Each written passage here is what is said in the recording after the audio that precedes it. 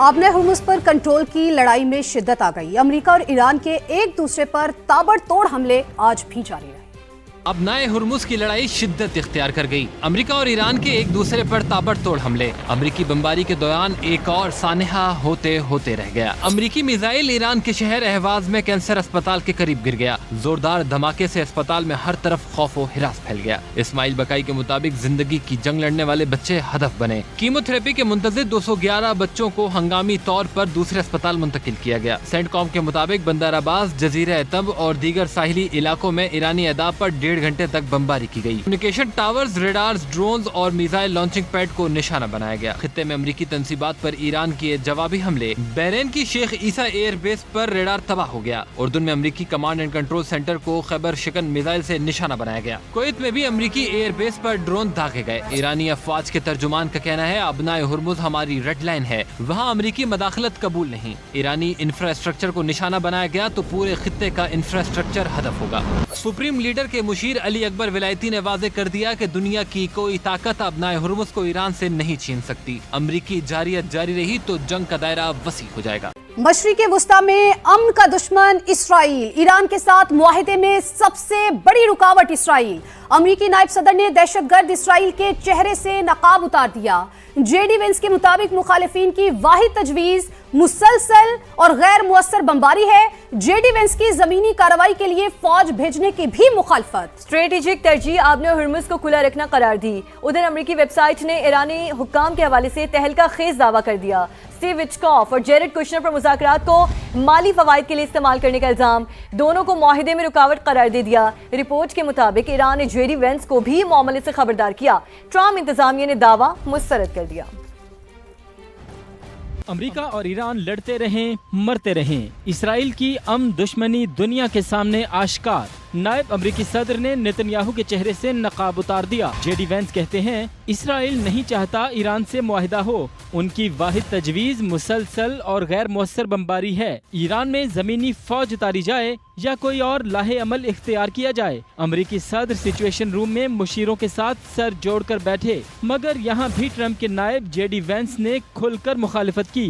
कहा ईरानी कौम खुद उठ खड़ी हो तो ठीक, हम रिजीम चेंज के लिए 1.5 लाख फौज ईरानी सरजमीन पर नहीं उतार सकते। उधर अमेरिकी न्यूज वेबसाइट ड्रॉप साइट ने ईरानी हुक्काम के हवाले से तहलका खेज दावा किया। रिपोर्ट के मुताबिक मुआहिदे में सबसे बड़ी रुकावट स्टीव विटकॉफ और जेरेड कुशनर हैं। सदर ट्रम्प के दोनों नुमाइंदे मुज़ाकरात को माली फायदे के लिए इस्तेमाल कर रहे हैं। ईरानी हुक्काम ने नायब अमरीकी सदर जेडी वेंस को भी आगाह कर दिया। स्विट्जरलैंड में मुलाकात के दौरान ईरानी वफ्द ने विटकॉफ और कुशनर को मुज़ाकरात से दूर रखने का मशवरा दिया। अमरीकी हुक्काम ने रिपोर्ट की तरदीद कर दी। हौलनाक जंग का दायरा वसी होने का इम्कान। अमेरिका पावर प्लांट्स को निशाना बनाए तो बाबुल मंदब बंद कर दें। तेहरान ने यमन के हौसियों को पैगाम पहुंचा दिया। खबर रसाई इदारे रॉयटर्स के मुताबिक ईरानी क़यादत ने कई दिन गौर करने के बाद हौसियों को तैयार रहने का पैगाम भेजा, जिसके बाद यमनी हौसियों ने बाबुल मंदब के करीब मिसाइल और ड्रोन्स नस्ब कर दिए हैं। बाबुल मंदब यूरोप और एशिया को मिलाने वाली अहम तरीन आलमी तिजारती गुजरगाह है, जिसकी बंदिश से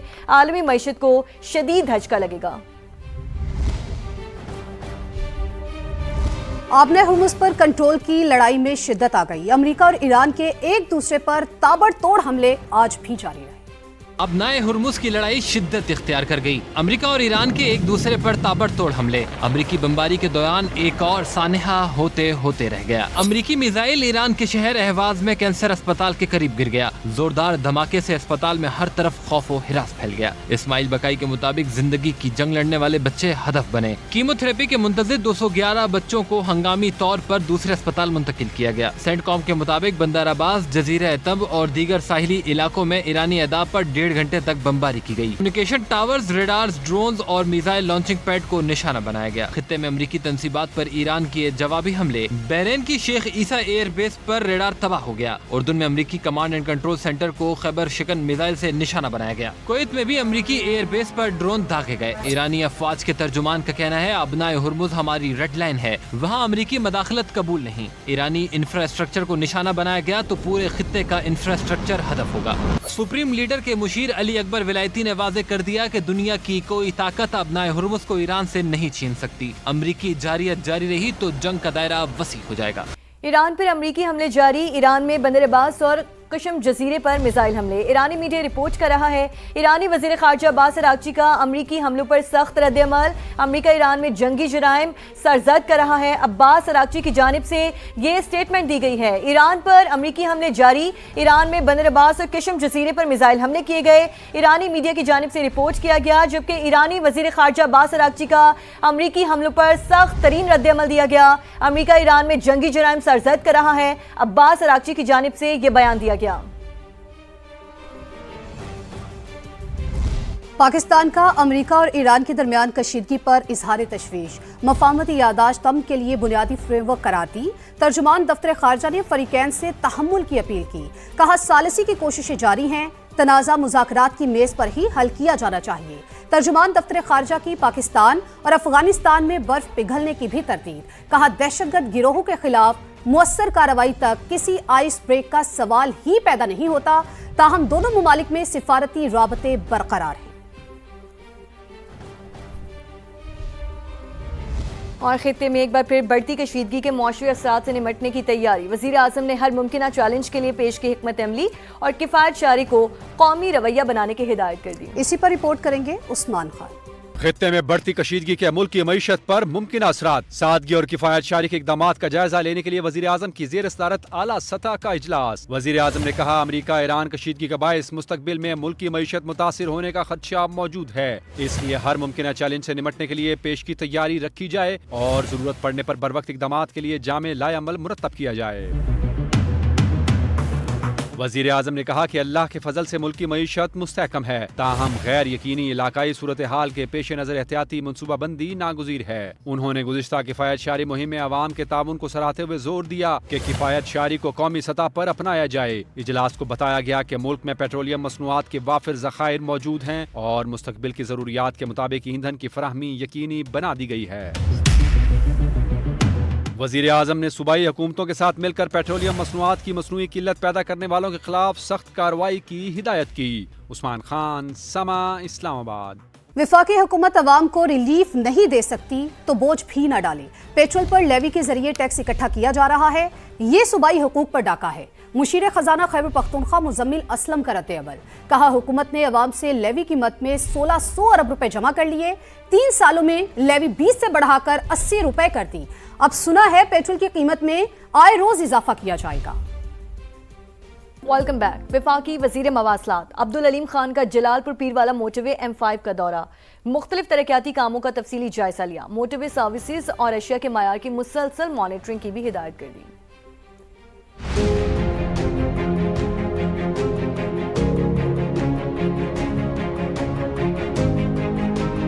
ملک میں سفر محفوظ، معیاری اور آرام دہ بنانے کا مشن، وفاقی وزیر مواصلات عبدالعلیم خان کا جلال پور پیر والا موٹر وے M5 کا دورہ جاری، مختلف ترقیاتی کاموں کا تفصیلی جائزہ لیا۔ دورے میں وفاقی وزیر کے ساتھ سیکریٹری مواصلات اور چیئرمین NHA بھی موجود تھے۔ عبدالعلیم خان کا سروس ایریا میں زیر تعمیر مسجد کا کام ہنگامی بنیادوں پر جلد مکمل کرنے کا حکم، وفاقی وزیر نے سروس اور ریسٹ ایریاز کا معائنہ کیا، نئے تعمیر شدہ ریسٹ رومز، کچنز اور صفائی ستھرائی کے مجموعی معیار کا جائزہ لیا، کہا ریسٹ ایریاز میں مسافروں کو بہترین اور عالمی معیار کی سہولیات دی جائیں۔ عبدالعلیم خان نے دو ٹوک واضح کیا کہ سروس ایریاز پر اشیاء خورونوش کی کوالٹی پر کوئی سمجھوتا نہیں ہوگا، موٹر وے پر جاری تمام ترقیاتی کام جلد از جلد مکمل کرنے کی ہدایت کی، کہا موٹر وے سروسز اور اشیاء کے معیار کی مسلسل مانیٹرنگ یقینی بنائی جائے۔ خواب یورپ کے مگر راستے موت کے، غیر قانونی سفر کا ہر قدم ایک نئے خطرے کی طرف لے جا سکتا ہے۔ قانون نافذ کرنے والے اداروں کی سختی کے بعد ڈنکی مافیا نے 3 نئے روٹ ڈھونڈ نکالے۔ پہلا روٹ ملائیشیا، ایجنٹ لوگوں کو قانونی ویزے پر ملائیشیا پہنچاتے ہیں، جہاں سے انہیں سمندری اور زمینی راستوں کے ذریعے مصر منتقل کیا جاتا ہے۔